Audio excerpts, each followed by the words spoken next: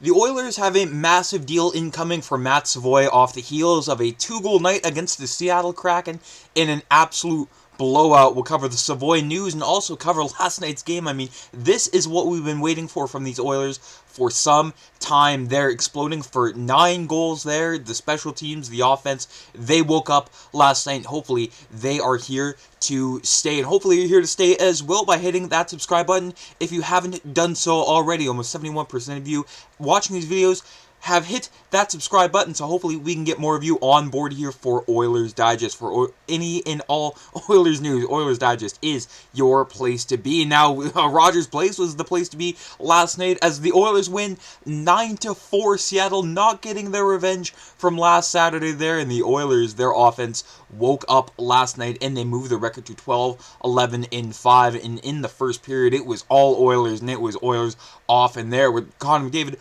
opening up the scoring. I mean, technically, Andrew Mangiapane opened up the scoring, but it was taken back as the puck did not fully cross the line there. But Connor McDavid shortly thereafter making it 1-0 Oilers officially. And then Vasily Podkolzin from Leon Draisaitl's office there. I mean, you flip 29 and you get 92 there in Vasily Podkolzin with his offensive confidence building by the day there, and that is what the Oilers need on that second line there. And then shortly thereafter, Leon Draisaitl making it 3-0 Oilers.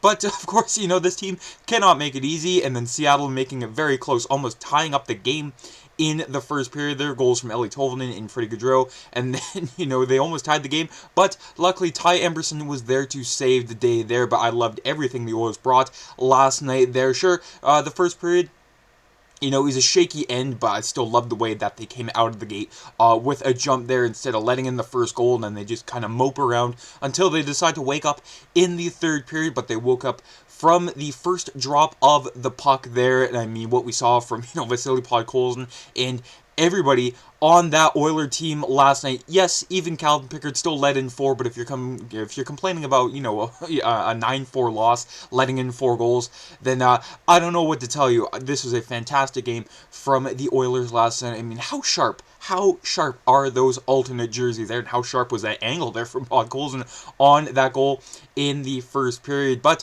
after Seattle, you know, made things scary for the Oilers taking over there on the special teams and at 5-on-5 there. Matt Savoie, who we've been trying to get, you know, trying to get him going this season there, but 2 goals from him last night there. And as I mentioned in the start, you know, the Oilers trying to maintain that youth core in signing Matt Savoie, are trying to get Matt Savoie signed as soon as they can there. And Connor McDavid after the Minnesota game, you know, when the Oilers were shut out, saying, yeah, maybe I should have shot the puck a little bit more, and he shot the puck a whole lot last night, getting himself a hat trick on the evening for himself. Zach Hyman, second goal of the season there on a very nifty breakaway backhander, you know, past the Seattle netminder, and then Jared McCann trying to spark something for the Kraken, but unable to do so there in the bottom 6. Kris Knoblauch going into the game last night saying, wanted the bottom 6 to play with a little bit of simplicity there, and that is what we saw. Matisse Janmark getting his first tally of the season there. And again, another nifty play there from Janmark in Mangiapane. Janmark finding Mangiapane at the side of the net there. Mangiapane getting it on net, and then Janmark cleaning up the garbage, because after all, folks, he is the janitor. And Connor McDavid on the power play. Matt Savoie also on the power play, and then with 5 seconds left in the game, Seattle making it 9-4 there, despite the Oiler fans chanting, "We want 10," and that is their 3rd time scoring 9 in a game in the salary cap era there. They scored 9 against the Sharks a couple years ago, and then against, you know, the Hawks when they were in their dynasty heyday in 2011 there. The Oilers, yes, the 2011 Oilers putting up 9 on that Hawks team, but the Oilers couldn't get to 10. But I mean, if it makes you feel any better, the last time the Oilers did score 10 was on the Calgary Flames, so hopefully we can keep that record a little bit longer there. Always love to rub it in the Flames' faces there whenever I can, even when they're not involved in this game. Shots on goal, even at 32 apiece there, but the Oilers, of course, capitalizing on theirs early in often there. The Oilers winning 27 of the faceoffs there. Special teams was also a huge storyline going into this one. The Oilers perfect on both the penalty kill in the power play on Saturday in Seattle, and they were 1 power play short of going perfect again. They're going 4 for 5 on their power plays, meanwhile holding Seattle to 0 power play goals. But I mean, Seattle going into this one, their offense wasn't necessarily the strongest there. But I mean, hey, they still are an NHL team. Any given night, anybody can beat anybody. I mean, we even saw the Islanders beat the Avalanche last night. So the Oilers, they cannot take anybody lightly at this point of the season there when they're trying to make up ground on the rest of the Pacific Division teams, Seattle included there. I know, yeah, 875 for Calvin Pickard because of that last goal. But again, if you're complaining about an 875 in a 9-4 game, I mean, again, don't know what to tell you. I mean, we saw, identical stat lines, back in the 80s, and nobody complained about fear in Andy Moog and Bill Ranford to an extent there. Sure, would I still like to see Connor Ingram called up eventually there whenever, Bakersfield does figure it out with Ingram? Absolutely, but to rag on, a guy that, did keep his team in it there when, Seattle was, trying to get back in that 3-2 deficit after the first period. I mean, again, Pickard did what he could. He's the kind of goalie where you're like, okay, we know what he is at this point here. We're just trying to stay afloat until the Oilers management can do something there. Something I did not like, this is the only thing I didn't like last night, was Brandon Montour high-sticking Connor Clattenberg there, and he went down in a heap of pain there, but thankfully from Kris Knoblauch shared that Clattenberg had some stitches above his eye, but he's doing well there. So some amazing news there. I mean, that could have gotten wrong. We've seen it time and time again where we see guys get high sticked up in the face, even with a visor there, and then it just ends up going extremely poorly there. I mean, we saw way back when, this is going like 25, 26 years ago, Brian Berard there getting the high stick up in his eye, and again, he was out of action for a long time there. I mean, sticks up near the face scare me in general there, but good to know that Connor Clattenberg is A-okay there. I mean, that is some old-time hockey there for Clattenberg, the stitches above the eye, the kind of player that he is, a smash and bang kind of player, so I mean, that just adds to his character there. In from Jack Michaels, I mean, this was the first time Edmonton scored at least 3 goals in every period since October 21st, 1986, almost 40 years ago, a 9-1 dismantling of the Chicago Blackhawks there. I mean, Tony Esposito was probably in that. It could have been wrong, or Murray Bannerman. But again, almost 40 years in the Oilers. Throwing back to their 80s heyday there, with McDavid and Draisaitl, the new fashion. Gretzky in Messier, but Kris Knoblauch, the coach of the Oilers, loving what this team brought from the get-go after the Minnesota game. There was unfinished business after Jesper Wallstedt shut out the Oilers, but right from the start, I thought we were ready to play. I thought there was a lot of jump, and all lines were contributing.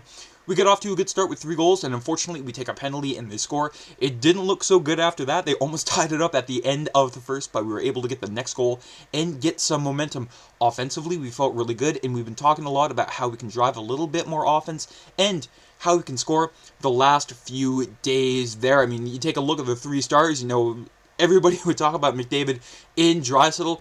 4 points apiece for them, McDavid with a hat trick, but the guy I want to focus on and who you saw at the beginning of this video here, someone who I'd love to see the Oilers extend for a long time to become, a big part of this franchise, is Matt Savoie there with 2 goals on the night. I mean, he's been snake bitten for a good chunk of this season here. He's been, doing a lot of things that don't show up on the score sheet. I mean, sure, it's been, drastic in the eyes of some fans regarding the Oilers in their start to the season, but one guy who's brought it every game so far is Matt Savoie there, and you can see, again, not the sexiest stat line here. 28 games played, 5 goals, 4 assists for a total of 9 points, and I mean a -4 for those who still care about plus-minus in 2025. But you can see, 2 goals against the Seattle Kraken last night. 1 was a power play goal, 1 was a shorthanded goal. So hopefully this can kickstart, Matt Savoie's, coming out party. I mean, hopefully, he can, do what the Oilers brought him over from the Buffalo Sabres for, to, again, replenish the youth core while also trying to, maintain that, hey, the future of this team past McDavid and Draisaitl doesn't seem so bleak after all, because we can have somebody you can take over the reins, and Matt Savoie can do just that there. I think confidence is huge, says Matt Savoie. I went through it when I was 15. In the WHL, being snake bitten, I didn't score it all that year. I played 24 games and didn't get on the sheet, and then the next year I got 1, then 2, and you build off of that. it starts to flow into a kind of waterfall effect. So I'm hoping that's the case here. I think as the season's progressed, I just got more confident and more comfortable with the puck on my stick in all situations. So I definitely feel good out there right now, and I'm just looking to build off of that. And during the intermission of the game last night on the Oilers radio network, Bob Stauffer, the team mouthpiece for the Oilers, saying, the reality with Matt Savoie is the Oilers are not going to make the same mistake again with their youth. The Oilers, with Philip Broberg in Dylan Holloway, they're not going to do that again. Matt Savoie will be bridged. He's represented by Edmonton's Jerry Johansson. Stan Bowman will get ahead of this. Mark my words, they will get a deal done on an extension at some point here with Matt. They developed him the right way. Full season down in the minors, he killed penalties for that Bakersfield squad. That's how he got the short-handed goal against the Seattle Kraken. The sort of, history of him on the penalty kill there, the experience and the confidence with Matt Savoie that carried over to last night's game. And again, that's how he got the short-handed goal. He can do more things than just playing a top six role. If worst comes to worst, he can play as a third-line winger. Very useful player, though high upside here. And again, he does a lot of little things that don't show up on the score sheet, but I love what Savoie has brought to this team, and hopefully he can build off of that against the Winnipeg Jets, the Oilers' next opponent there in the second game of the Hockey Night in Canada doubleheader tomorrow night. It's going to be a late one, folks, but the Jets and the Oilers, the Jets themselves are struggling. They don't have Connor McDavid there, and they're just not the same team that they were last year. I mean, last year they were, a high defensive, stifling kind of team, very frustrating to, play against. And even if you broke through,